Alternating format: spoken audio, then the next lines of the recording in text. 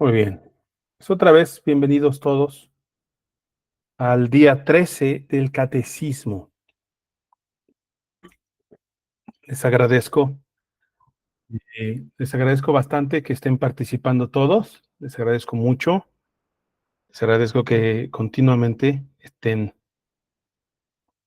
aquí participando martes a martes, salvo aquellos martes que yo he quedado mal y no hemos podido tener esta clase. Pero les agradezco muchísimo a todos su, su compromiso y su asistencia, su fidelidad. Y recuerden, estamos estudiando el Catecismo Ortodoxo de Hércules Collins. Hoy nos toca el día 13, Día del Señor 13, preguntas 32 y 33. Y como saben, el Catecismo está dividido en tres partes. Estamos revisando, estamos estudiando la segunda parte del Catecismo, que trata acerca de la liberación del hombre.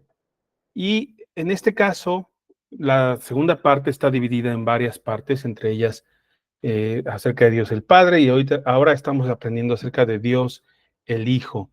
Desde las preguntas 28 hasta las 51, vamos a estar estudiando acerca de Dios el Hijo. Antes que nada, continuemos con una oración y voy a leerla. Como saben, estoy transcribiéndoles algunas oraciones antiguas de la época de la Reforma, siglos 16 y 17, las estoy presentando aquí. Vamos a leer esta oración de Juan Calvino que dice: concédenos, Dios Todopoderoso, que mientras brillas sobre nosotros con tu palabra, no seamos ciegos al mediodía, ni busquemos voluntariamente la oscuridad, y así adormezca nuestra mente. Pero que seamos despertados diariamente por tus palabras, y que nos despertemos más y más a temer tu nombre, y así presentarnos a nosotros mismos y a todas nuestras peticiones como un sacrificio para ti, para que puedas gobernar pacíficamente y morar perpetuamente en nosotros, hasta que nos reúnas en tu morada celestial, donde está reservado para nosotros el descanso y la gloria eternos, por Jesucristo nuestro Señor. Amén. Y Señor, una vez más aquí delante de mis hermanos, en presencia tuya, yo te pido una vez más que me ayudes, que me guíes, que a pesar de mi carne me permitas enseñar a tus hijos, enseñar a tu pueblo acerca de las cosas que tú nos has querido enseñar en la revelación de tu palabra. Te lo pido, Señor, en el nombre de Jesús. Amén. Bien, pues como decíamos, hoy corresponden las preguntas 32 y 33. Estas preguntas están cortitas y no tienen muchas escrituras. Recuerden, de nuevo, estamos estudiando con respecto a Dios el Hijo. ¿Ok? Y vamos a leer la pregunta 32 que dice así: ¿por qué Cristo es llamado el Hijo unigénito de Dios si nosotros también somos hijos de Dios? Otra vez, pregunta 32. ¿Por qué Cristo es llamado el Hijo unigénito de Dios si nosotros también somos hijos de Dios? Y la respuesta dice: porque solo Cristo es el Hijo eterno y natural del Padre. Y nosotros solo somos hijos adoptados por el Padre, por gracia, por causa de Cristo. De nuevo, pregunta y respuesta. ¿Por qué Cristo es llamado el Hijo unigénito de Dios si nosotros también somos hijos de Dios? Respuesta: porque solo Cristo es el Hijo eterno y natural del Padre eterno. Y nosotros solo somos hijos adoptados por el Padre, por gracia, por causa de Cristo. Amén. Vamos a leer las escrituras que tenemos aquí. Empezamos con la letra O y empezamos. Dice así. La letra O, Hebreos 1, 2 al 3, vamos a empezar en la lista que tengo yo, la lista de personas, de participantes que tengo yo. Y disculpen, hermanos, que yo los haga leer. A veces nada más los nombro y no sé si tienen ustedes, pues, la disposición o tienen el momento y nada más tal vez se unieron para oír.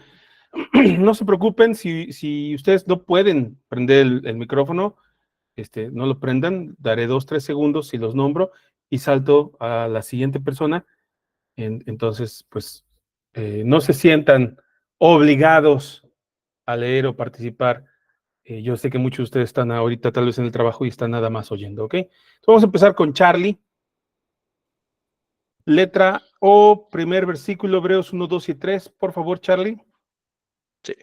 En estos últimos días nos ha hablado por su Hijo, a quien constituyó heredero de todas las cosas, por medio de quien hizo también el universo.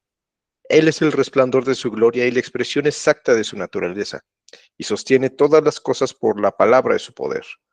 Después de llevar a cabo la purificación de los pecados, el Hijo se sentó a la diestra de la majestad en las alturas. Amén.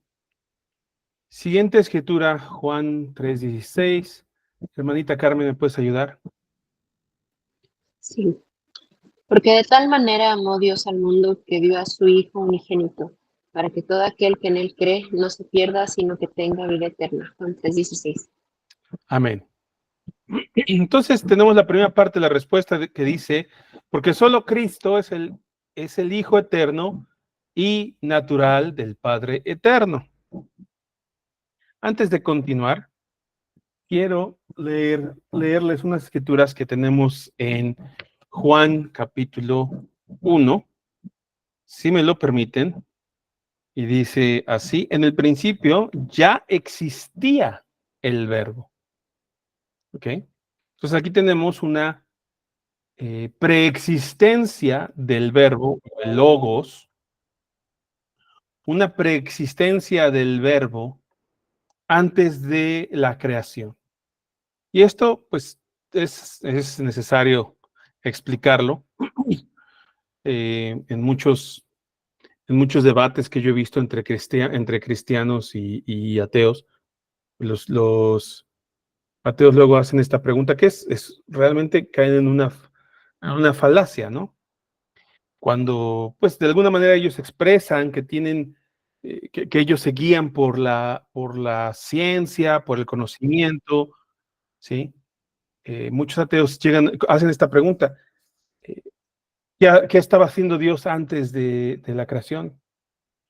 O sea, estaba perdiendo el tiempo, ¿no? Y es obvio que es una pregunta, pues, con muchas falacias, porque antes de la creación y fuera de este universo, fuera de la creación, no existe el tiempo. Está lo que nosotros en nuestra mente finita, en nuestra mente pequeña, humana, está lo que nosotros llamamos la eternidad. Y así le llamamos, pero no podemos entender eso. Entonces, Juan 1 dice, en el principio ya existía el verbo. Y en el griego se dice logos, ¿no? En el principio ya existía el logos. Y el logos estaba con Dios y el logos era Dios. Entonces, ¿dónde estaba el logos? El logos estaba con Dios. Versículos más adelantito que dice,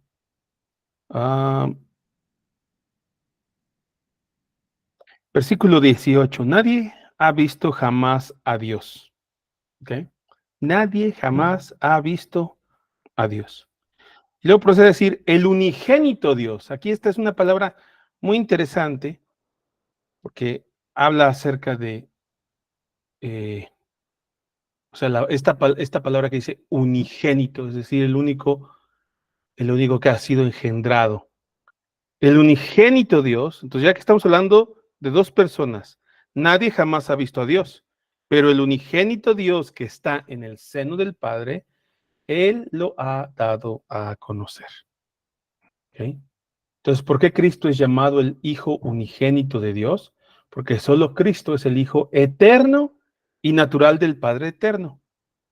Y quiero leer otra vez Juan 1, 2, 3. Esta escritura habla específicamente de la naturaleza del Hijo. En estos últimos días nos ha hablado por su Hijo, a quien constituyó heredero de todas las cosas, por medio de quien hizo también el universo, por medio de quien hizo también el universo.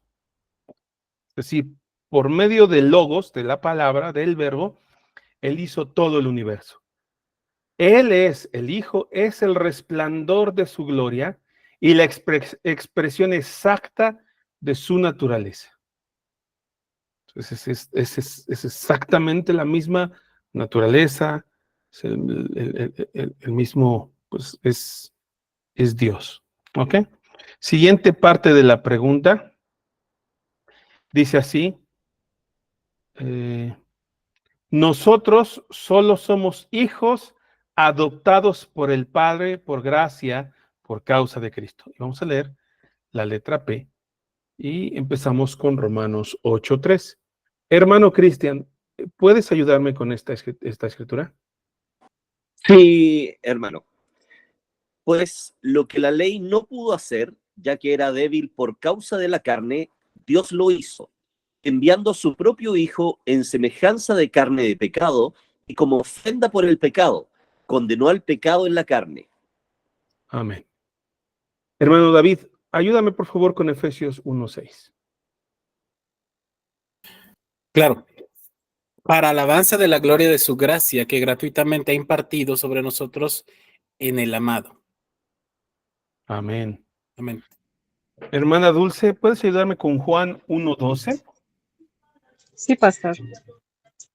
Pero todos los que, pero todos los que lo recibieron, les dio el derecho a llegar a ser hijos de Dios, es decir, a los que creen en su nombre. Juan 1:2. Amén. Y última escritura, 1 de Juan 1:3, hermano Efer. Amén, pastor. Lo que hemos visto y oído les proclamamos también a ustedes, para que también ustedes tengan comunión con nosotros. En verdad, nuestra comunión es con el Padre y con su Hijo Jesucristo. Primera de Juan 1:3. Amén. Muy bien. Entonces, volvemos a leer la pregunta 32. Dice, ¿por qué Cristo es llamado el Hijo unigénito de Dios y nosotros también somos hijos de Dios? Porque solo Cristo es el Hijo eterno y natural del Padre, y nosotros solo somos hijos adoptados por el Padre por gracia, por causa de Cristo. Y las escrituras que leímos, las últimas escrituras que leímos, habla acerca de cómo esta adopción pudo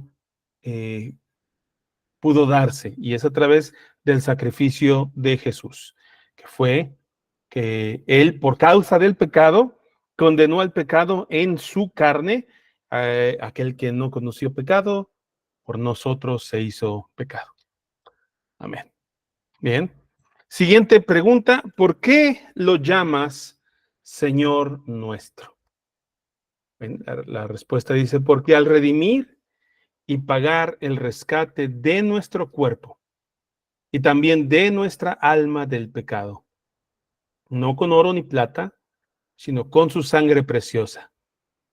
Y al librarnos de todo el poder del diablo, nos ha hecho libres para servirle. Porque al redimir y pagar el rescate de nuestro cuerpo y también de nuestra alma del pecado, no con oro ni plata, sino con su sangre preciosa. Y al librarnos de todo el poder del diablo, nos ha hecho libres para servirle.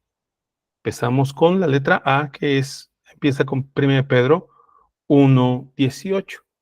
Hermano Martín, ¿puede ayudarme usted con 1 Pedro 1:18? Claro, sí. Ustedes saben que no fueron redimidos de su vana manera de vivir, heredada de sus padres con cosas perecederas como oro o plata. 1 Pedro 1:18. Amén. Siguiente, que es 1 Corintios 6:20. Hermano Marcos, ¿puedes apoyarme con esa escritura? Sí, señor. Porque han sido comprados por un precio. Por tanto, glorifiquen a Dios en su cuerpo y en su espíritu, los cuales son de Dios. 1 Corintios 20. Amén. Efesios 1:7. Hermano Steven, ¿puedes ayudarme con Efesios 1:7?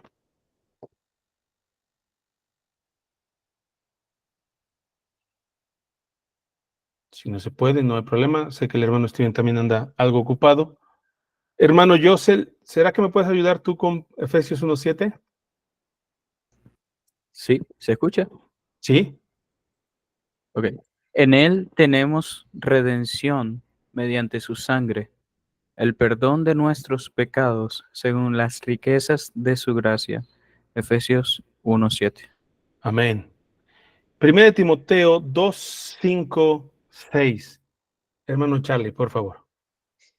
Porque hay un solo Dios y también un solo mediador entre Dios y los hombres, Cristo Jesús hombre, quien se dio a sí mismo en rescate por todos, testimonio dado a su debido tiempo. Amén. Y última escritura, hermana Carmen, ayúdeme, por favor, con Romanos 14:9. Sí, porque para esto Cristo murió y resucitó, para ser Señor tanto de los muertos como de los vivos. Romanos 14:9. Muy bien. Quiero hacer énfasis en esto. Porque para esto Cristo murió y resucitó, para ser Señor tanto de los muertos como de los vivos. ¿Ok? Para esto Cristo murió y resucitó, para ser Señor tanto de los muertos como de los vivos. Adelante, Charlie. Bueno, podría haber una aparente contradicción cuando dice que el Señor es Señor de vivos. Entonces, aquí, ¿a qué se refiere a que es Señor de los muertos? Obviamente, o también se refiere a los muertos espirituales Así es. o a los que descansan en el No, Seol y tras la resurrección. Ok. no. Es el Señor de todos, Se ve. incluidos de aquellos que lo han rechazado Ujú, y hoy yacen esperando el juicio final, también es Señor de ellos. claro. El tema es que al ser el Señor de ellos, de los que lo han rechazado, o sea, y creo que cabe mencionar aquí que muchas veces nosotros los evangélicos decimos, haz a Jesucristo el Señor de tu vida, ¿no?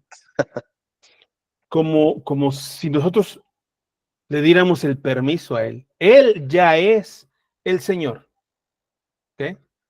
¿Por qué? Porque lo demostró al morir, al resucitar, al vencer en la cruz del Calvario, al vencer la muerte, al resucitar victorioso, como lo dice Efesios 1, y se los voy a leer, porque me gusta esa escritura y le haría mucho daño nada más parafraseándolo. Mejor la leo porque me gusta mucho escritura. Efesios 1 dice lo siguiente. Esperen un segundito. Dice así. Mi oración, Efesios 1:18, mi oración es que los ojos de su corazón les sean iluminados para que sepan cuál es la esperanza de su llamamiento, cuáles son las riquezas de la gloria de su herencia en los santos y cuál es la extraordinaria grandeza de su poder para con nosotros, los que creemos, conforme a la eficacia de la fuerza de su poder. Está hablando del poder de Jesús, ¿ok?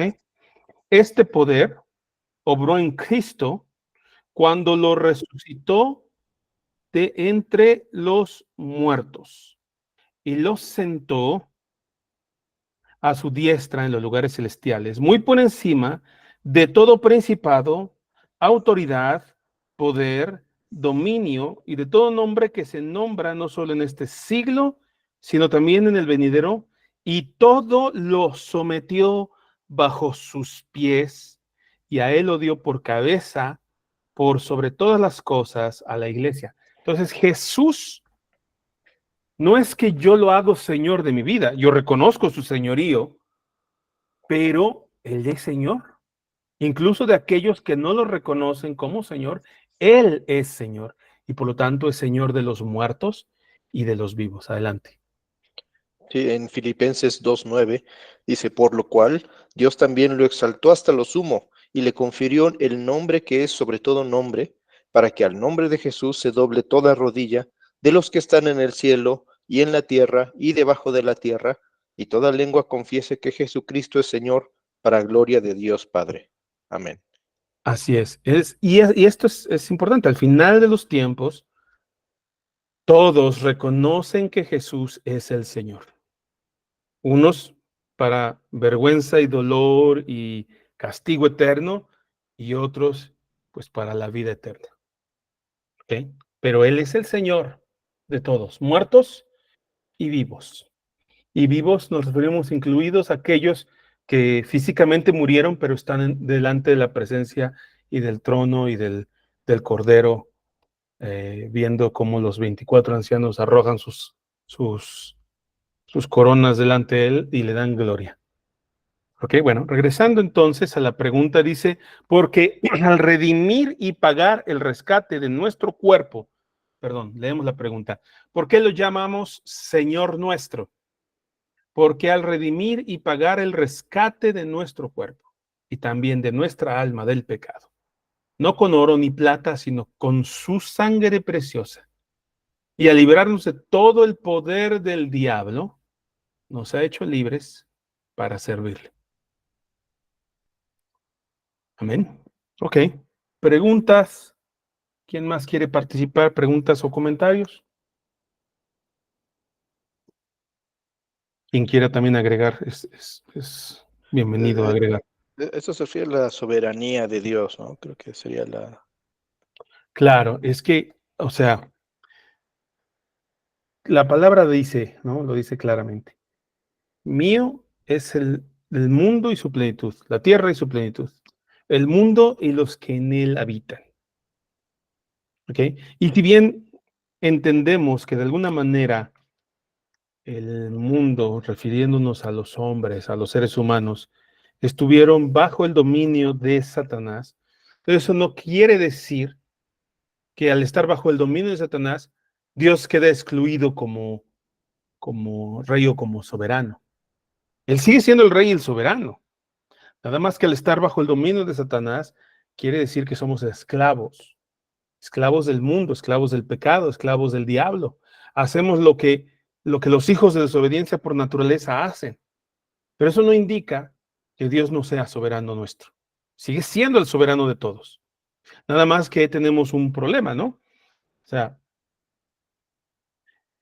al hablar acerca de que Dios es soberano, estamos de rebeldes contra el soberano. Y entonces esa rebeldía que tenemos contra el soberano, lo único que provoca es la ira de Dios.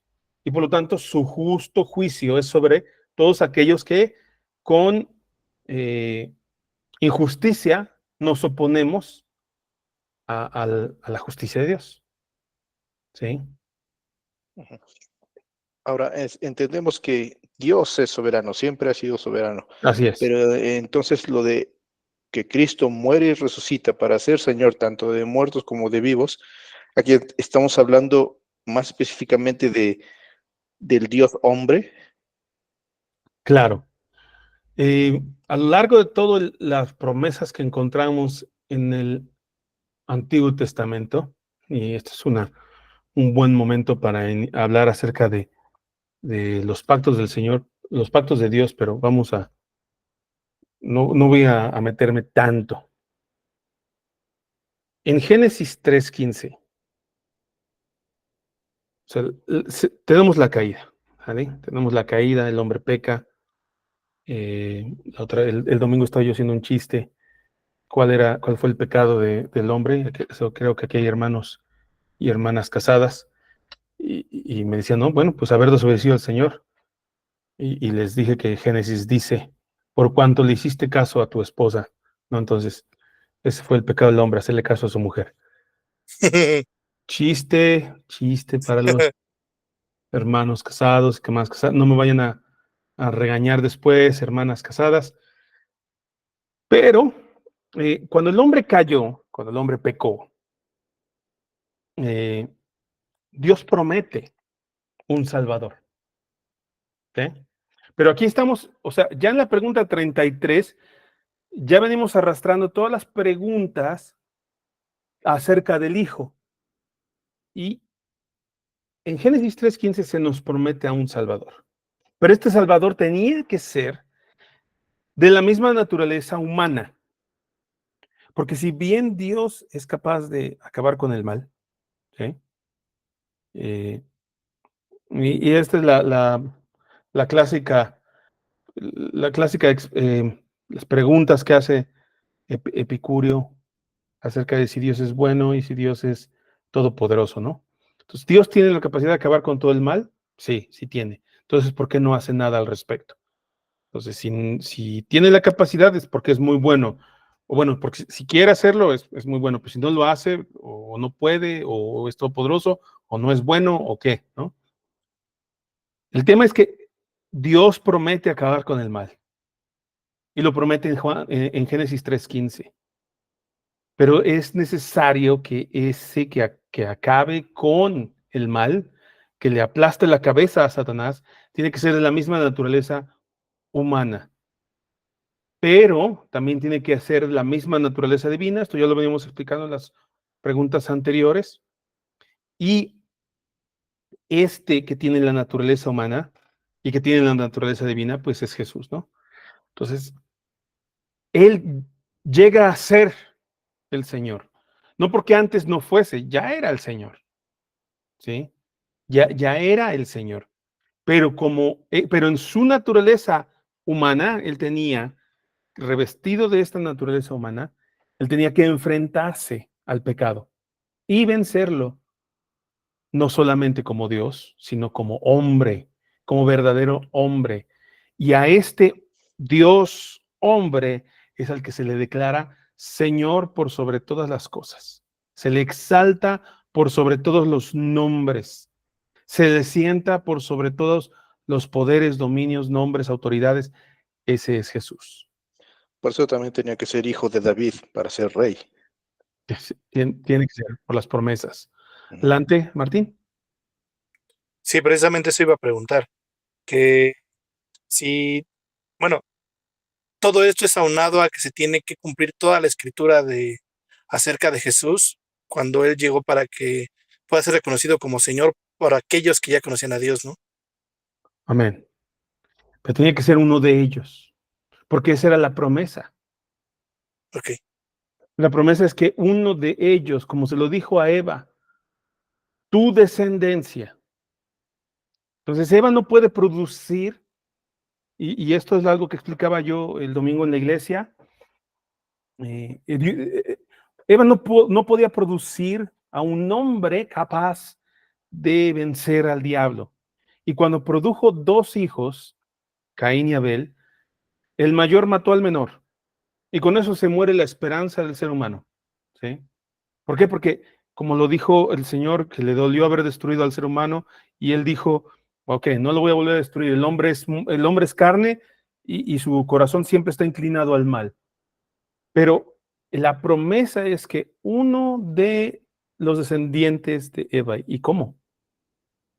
Bueno, la promesa se nos muestra a través de todos los pactos que Dios hace, y por ejemplo, ¿no? Bueno, disculpen que salte de idea a idea, pero quiero unirlas. En Primera de Timoteo hay una escritura ahí un poquito extraña, que algunas veces algunas hermanas como que toman ofensa al respecto. Dice,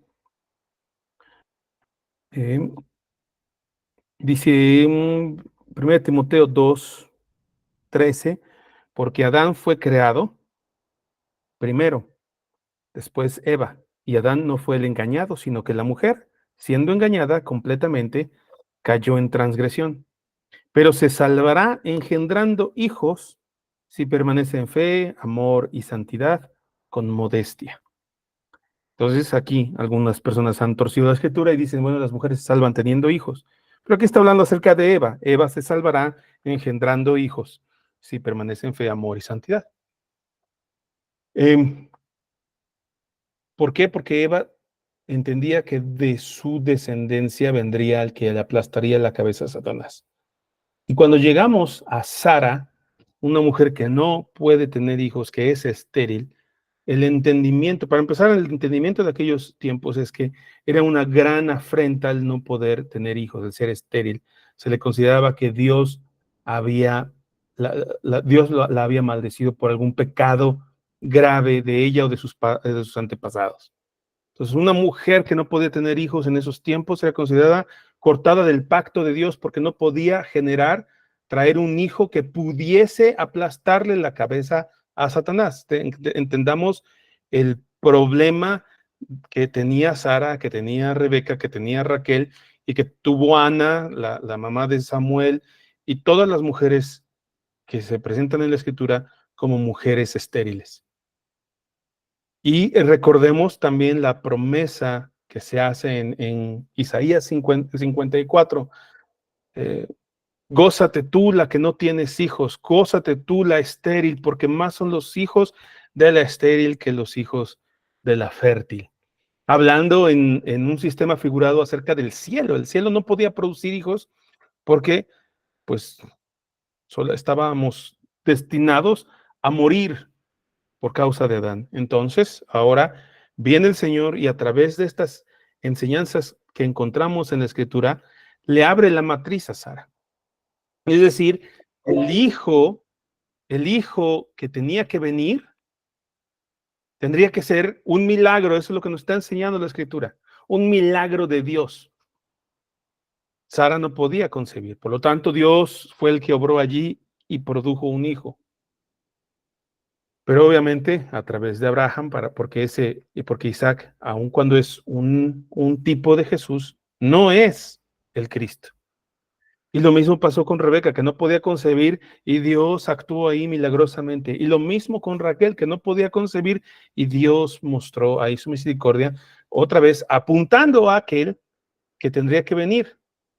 Es decir, Dios abriría la matriz de una mujer para que se engendrara un hijo, pero este hijo que estábamos esperando tendría que ser divinamente engendrado. Y como lo dice Isaías, he aquí la Virgen parirá y dará a luz un hijo, y le pondrán como nombre Emmanuel, que es Dios con nosotros.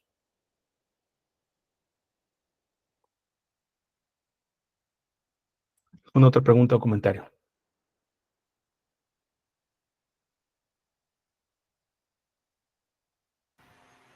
Sí, perdón, hablo. Estoy analizando un poquito este último versículo de Romanos 14:9 que está en pantalla, y es lo que dice que Cristo murió y resucitó con un propósito. Sí. Su propósito era ser Señor. Entonces, yo analizándolo de nuestra parte, nosotros entonces tenemos un propósito, ser sus siervos. Y me hace pensar un poco, ¿no? ¿Cuántas veces, si somos siervos, o sea, si somos esclavos, que es la idea correcta, cuántas veces hemos cometido traición? Y sabiendo que esto Él lo hizo a nuestro favor, y somos como ese corazón duro, ¿no? O sea, bueno, yo me miro a mí, que terminamos a veces cometiendo traición de maneras tan asquerosas, cuando Él nos rescató para ser siervos. No sé si me voy a entender. Sí, hermano, sí. Fíjate que estás hablando del principio de rebeldía, ¿no? Y cuando decimos rebeldía, es un prefijo latino que quiere decir hacerlo más duro, más fuerte, y de Belial, de este ser maligno, apunta a Satanás. Belial, que tiene que ver con el caos, la guerra.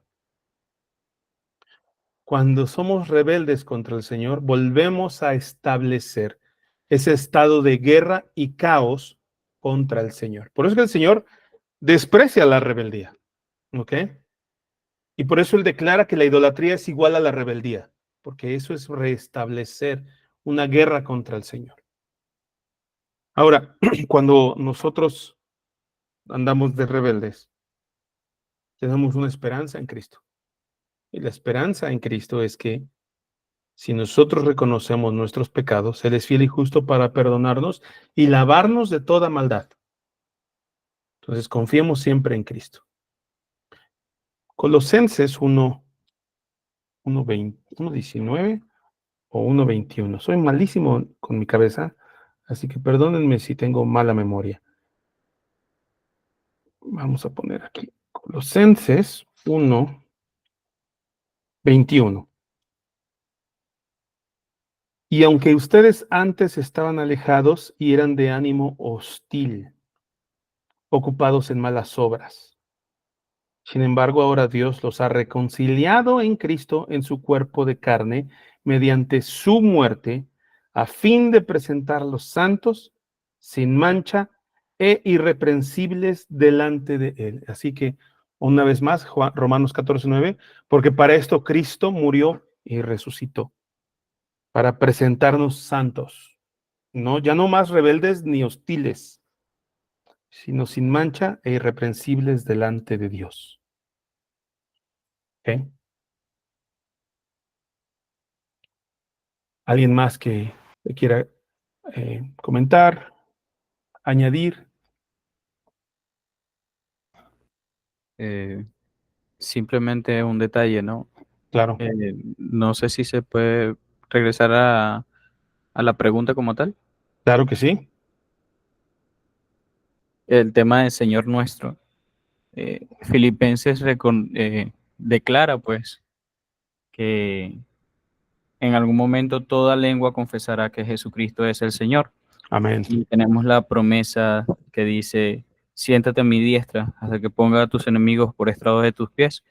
Y Corintios dice que el postrer enemigo es la muerte y luego todo será sujeto a él y él se sujetará a Dios. Pero considerando el tema del Señor nuestro, ¿no? Nosotros podemos decir con propiedad que Él es nuestro, nosotros suyo, Él es nuestro Señor, nosotros somos sus siervos en plenitud y disfrutamos de servirle. Y aunque en la posteridad toda lengua se someta y se arrodille y confiese que Jesús es el Señor, no van a tener ese privilegio de concebirlo como Señor en su vida, como aquellos que fuimos redimidos. Amén. Amén. Y hay dos maneras, qué bueno que esta escritura hermosa que mencionaste, siéntate a mi diestra hasta que ponga a todos tus enemigos como estrado de tus pies.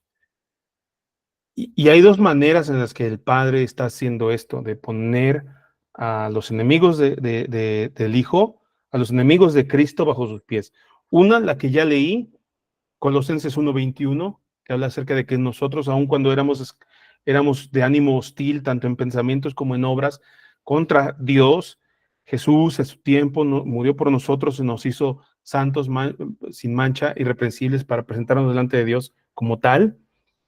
Y entonces eso, al hacer eso, al nosotros rendir nuestro corazón delante de Dios, nosotros estamos siendo puestos ante el Hijo como estrado de sus pies, nada más que de una manera humilde.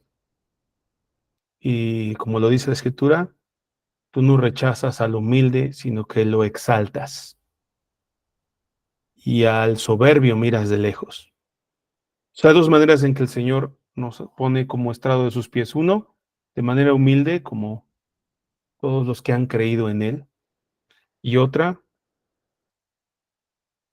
de manera hostil, enfrentándose a su ira.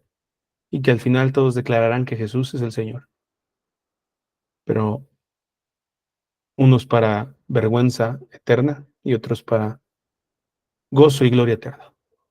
Entonces, por eso es que hay que predicar el Evangelio constantemente, ¿no?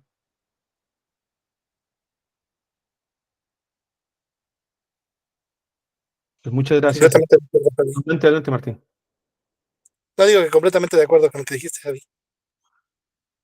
Venga, Sí, Martín. y también a nosotros mismos también predicarnos el Evangelio, porque también no solamente es para los perdidos, es para todos.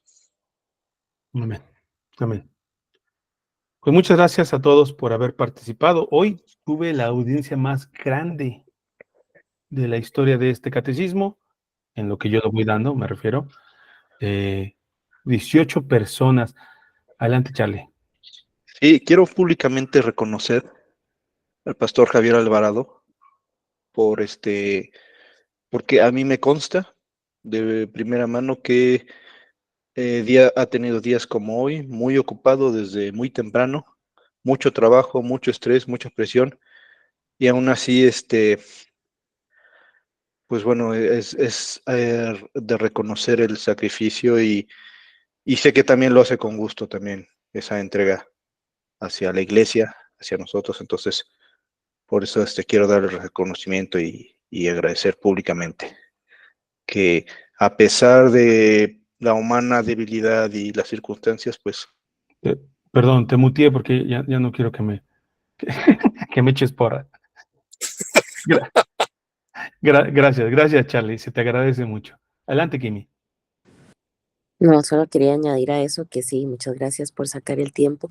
Yo sé que no siempre puedo estar, pero yo sé que sos muy constante y sos una bendición del Señor. Gracias.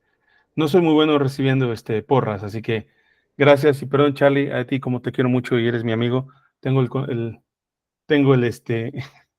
la confianza de decirte no hables. Sí, claro. Gracias. Sí. Pero les agradezco mucho. Muy bien, pues vamos a terminar nuestra clase el día de hoy con una oración. Y voy a leer esta oración del libro de oración común del año 1552.